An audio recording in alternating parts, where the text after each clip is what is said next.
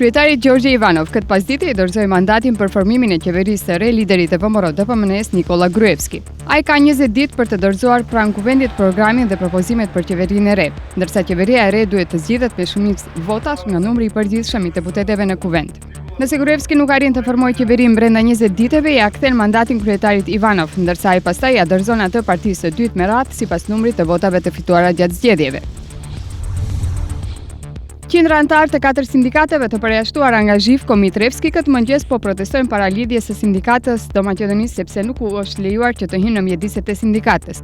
Rreth 30 pjesëtar të njësitit për parandalimin e shkeljes së rendit dhe paqes publike këtë mëngjes hynë në mjediset e LSM-s në pritje të protestës së caktuar kundër okupimit të paligjshëm të lidhjes nga ana e kryetarit të shkarkuar Zhivko Mitrevski.